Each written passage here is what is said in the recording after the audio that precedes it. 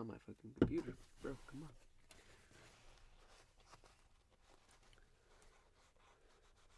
Brutal. What does it take to truly make a change in our lives? Big question. Big answer? Well, who knows? We'll see. The idea is something they may or may not already be familiar with. I don't really know. I don't know you. But I do know myself, slightly, a little bit. I'm Elias, life coach, shaman, in heading into training, musician, comedian, poet, extraordinaire. But yeah, this is, I believe, maybe it might have been Tim Ferriss who I originally heard this concept, speaking about this concept. It definitely wasn't Tony Robinson or fucking, that crazy military dude, David Goggins. But the idea of escape velocity, the amount of energy, whether that be emotional, physical, or spiritual, that it takes to actually get you out of your comfort zone enough to make another little patch of space in which you are now comfortable. That it's whatever that is, usually I would say it was going to be pain. Most people, if the pain is tolerable enough or they have strong enough medication or drugs, then they're just gonna fucking chill out where they're at in their life until what is it, the probably a law of thermodynamics, that an object at rest tends to stay at rest unless it's acted upon by an outside force, and that outside force is whatever crazy chaotic thing happens to happen to you in your life that makes you need to let go and move on from where you currently are. Now, this is an Alan Watts idea. Like, a negative experience is a positive experience, and a positive experience is a negative experience. The inverse principle, or however he calls it. But that generally, or within that realm or train of thought, that you need to have a negative thing happen to you, and that the negative thing eventually becomes the secret ingredient, chemical X or whatever, that creates the catalyst that creates the change and motivates you to evolve or adapt to a new setting, a new level, a new energetic threshold in your life that you hopefully wanted. Because sometimes it's the things that for me, I try to go after the things that I want unabashedly and be ambitious, because to me it's more satisfying. Even though there's the Inner Game of Tennis, it was the original book that kind of like laid it out for me. But this, not only whatever game are you physically playing so that the rest of the world can see, you're also doing this weird inner jujitsu match with yourself of like, yeah, I know I'm like, I have this thought or I have this feeling, but I need to either exercise a little bit of discipline and ignore it, or like feel it unconditionally and allow it to move through me, so it doesn't like become a perpetual state of anxiety, depression, angst, existential dread, like whatever. The example from the book that had a very visceral impact on my life, should probably put it right here on the screen, The Presence Process by Michael Brown, was that like each emotion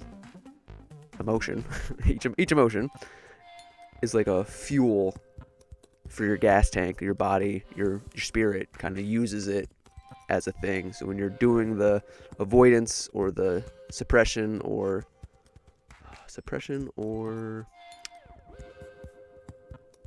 it? One of them is like consciously avoiding it, and the other one is unconsciously avoiding it. Suppression or I want to say sedition, but that's not the right word. I can't remember right now. Maybe it'll come back to me. But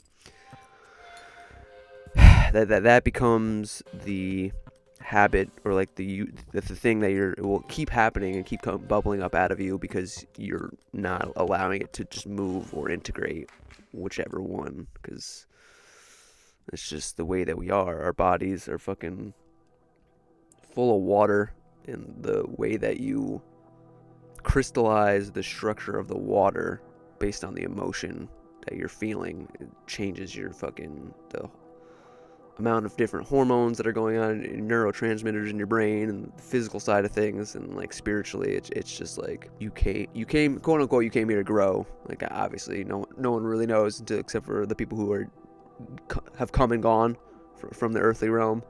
That's really the only way to ever truly know, in my opinion. And I don't plan on biting the dust anytime soon. I don't want to take a dirt nap or the final sleep. I really much like being alive. It's pretty sick, even if it's not going exactly how I wanted it to, or I'm making a mistake and I have to like forgive myself and then not take myself too seriously because I'm not perfect. There's divine aspects to our consciousness, masculine, feminine, the blending of the two, to the trinity, the fucking of the child, or like the oneness that moves through all life. But you got to be present and slow and mindful to be able to access those types of things. You can't just be hyped up on caffeine or cocaine or numbed out with alcohol. Or, I mean, tobacco has traditional medicinal uses in plant medicine ceremonies, but the version of it that's widely used and abused by people in the mainstream culture who would just go to a store and buy cigarettes that have rat poison and all that crazy shit, additives to make it sit on a shelf for years or months at a time, however long the typical fucking carton or pack of cigarettes sits is. That's the adage. If you haven't heard me say it before, you hear me say it right now. The convenience is killing us. A very quintessential example that this researcher that I'm listening to his podcast fairly religiously when I'm at work, well, at least one episode a day. They're like 2 hours long. His name's Mark Passio, but his example was from he probably did link to the guy's video, but if you let McDonald's French fries, you buy them and then let them sit for 6 months, and you come back and the person he was talking about did a time-lapse video of the French fries, like they were sitting for 6 months and they didn't get moldy, they didn't go, they obviously probably got really stale, but they didn't quote unquote go bad. And that's like something that people ingest into their bodies and unconsciously or ignorantly or nesciently assume is not going to have some type of detrimental side effect to your body.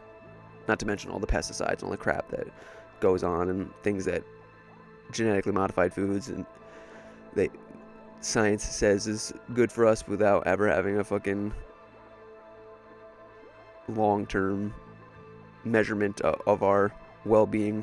Rambling conspiratorialness aside, that you need to make. I had this poster.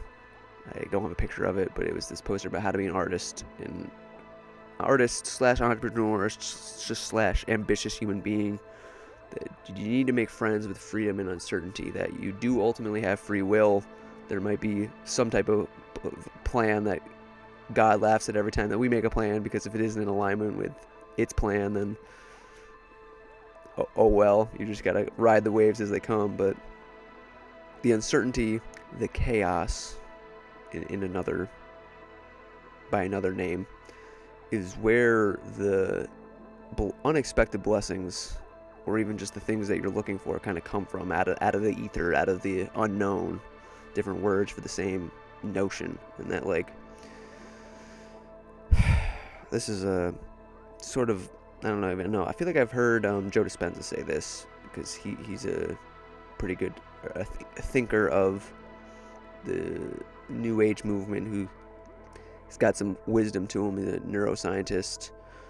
I don't think he was a neurosurgeon. I think he's just it might just be a neurobiologist. I'm not 1,000% sure what his technical title was, but that based on quantum physics, on the smallest level measurable, unless there's something even smaller than quantum. I'm not 1,000% sure, but that you can know the spin of a particle and its trajectory, or you can know where it is, but you can't know both. And that's, if you extrapolate that out or blow it up from that holographic level to like our level of sentient human beingness, that you can know where you are at in the present moment, or you can focus on your forward momentum in the horizon line where you're aiming at in the future, but you can't do both at the same time. That if you're thinking about what you're going to be eating tomorrow while driving a car, or like visualizing it with your eyes closed, you're gonna crash your car because you're not being present in the present moment. So there's this balancing act within all life and all things, that like, to find your escape velocity, you have to be willing to be uncomfortable unconditionally. That you either do it willingly, or life backhands you, gives you a good pimp hello, if you will, and does it for you, whether you want it or not. And that's the one that requires mental fortitude, or just the ability to be like, man, that was really not well timed or fun, because I ignored the warning signs of my life that there was a big shift coming. Specifically for me, my parents got divorced, and I used marijuana as a emotional band-aid and crutch to avoid feeling how difficult and uncomfortable it made me feel. And eventually, I could say now in retrospect that the negative experience was a positive experience, and I went through my spiritual awakening and delved deep into the nature of truth and things, and tried to figure out what was really going on in the world, and alienated me a little bit from society, because most people like the sweet lie versus the bitter truth. And the artist that I had on a podcast, Azure Rain, had said it like, the sweet lie tastes good, but then fills you with empty calories. I mean, I'm paraphrasing now. He said it a little bit more beautifully than this, but it is ultimately not good for you. And then the bitter truth, tastes bitter at first, but then leaves you feeling like filled and satisfied, and like, for me at least, like jovial, or like happy that I know or have some notion of what the fuck is actually going on in the world. Like I said, I have plans to become a shaman, specifically with ayahuasca in San Pedro. And the biggest thing that I can say about that for the uninitiated, if you've never taken the time and traveled to or gone and sat in ceremony, is that for me, they showed me things about my life that were outside of my control, but that have had massive influences on me, like the relationship with my father, and that at any moment in time, we have the capacity for monumental change. Or maybe not even just monumental, might be extravagantly or an unnecessarily large word, but that like you can change your mind at any moment, and that can really do wonders for you. That it's really about putting down the weed, putting down the beliefs and lies masquerading as truths in your life that are holding you back. And like, as you do that, is you remove the ballasts that are keeping you bogged down, it makes it a lot easier to add some energy, because you don't weigh as much, to gain some escape velocity and grow and evolve and become the next version of yourself that you're aiming to become, that you want to do. And again, if you do it willingly, if you move through the chaos and are unconditionally uncomfortable for a time and a place, that eventually you do grow, and that discomfort becomes another comfort zone, and then you got to do more and more and more. And then personal development is a never-ending saga that it's not over until I win, or it's just fucking until you gotta fucking take your fucking your last breath, dude. I'm fucking no big deal, right? Just death. Ooh. Not looking forward to it, but yeah, you practice it spiritually or energetically, ego deaths, so that like when the final one comes, you're as hopefully humble and accepting of it as you can possibly be, and have some level of a flame of faith cultivated within you, that you, however you experience oneness or connection to the divine, or however you want to say it, returning to your creator, the nothingness.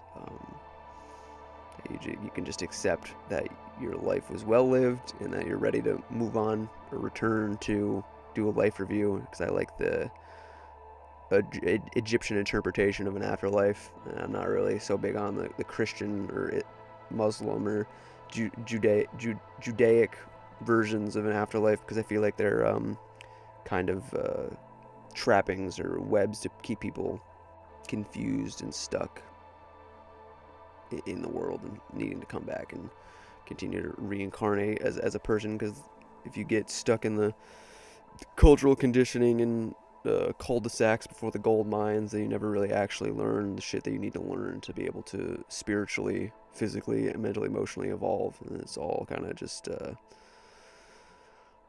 it's on you that you're ultimately responsible for yourself, and you don't have to do it alone, though.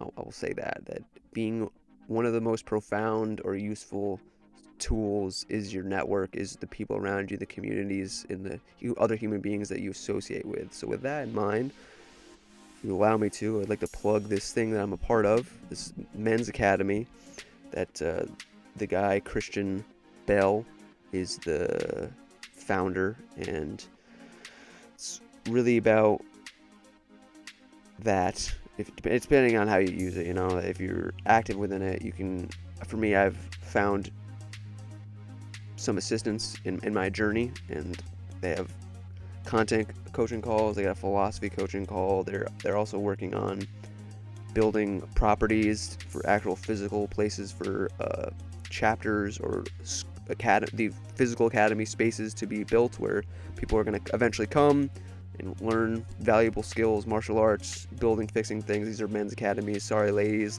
not that we don't love you, but mainstream culture has been over feminized to a point where it's kind of ruining the masculinity, or it's ruined masculinity. So we kind of gotta take a second. You just have gentlemen's clubs, and we don't really have anything anymore. So this is kind of our hey, we need to go fuck around in the woods and have fun with the boys for a little bit without any ladies around, because that's how men learn and grow and evolve with one another, is fighting, debating, roasting one another, which is not my preferred form of comedy, but that's another call that happens in the academy, that if you just gotta click the link in the description, and it'll take you right to the thing, and you'll schedule a call to talk to Christian, answer a few questions, and see if it's a good fit for what you're trying to do with your life. Because it's really about, ultimately, the way I understand it, is building the parallel culture that's kind of eventually going to overtake and replace the dying American culture, because we're just too focused on war and struggle and manipulation through currencies because of the central banking systems, that it's never going to really actually pan out, or that it's eventually going to collapse and destroy itself, because that's just the nature of the game when you allow people that you don't have any control over to manipulate your money and make people who work for their money poorer and poorer. And I don't know how long this video was, but I hope you enjoyed it. If you want to work with me as a coaching client, that link is also in the description. I'm pretty available right now, but I can't say that that's going to be the same forever in the future. But yeah, that's kind of it. If you want to drop a comment, leave a like, subscribe, it all helps the algorithm be satisfied. If I don't see you while I'm alive, I'll catch you on the flip side after I die. Hajime Mashite, if this is the first time that you watched one of my videos, like I said, let me know your thoughts or comments by leaving a comment in the comments section. Jesus Christ. Namaste, have a great day. Slap shooting if it's nighttime soon. And aloha e mahalo amigo. And if you don't know, now you know.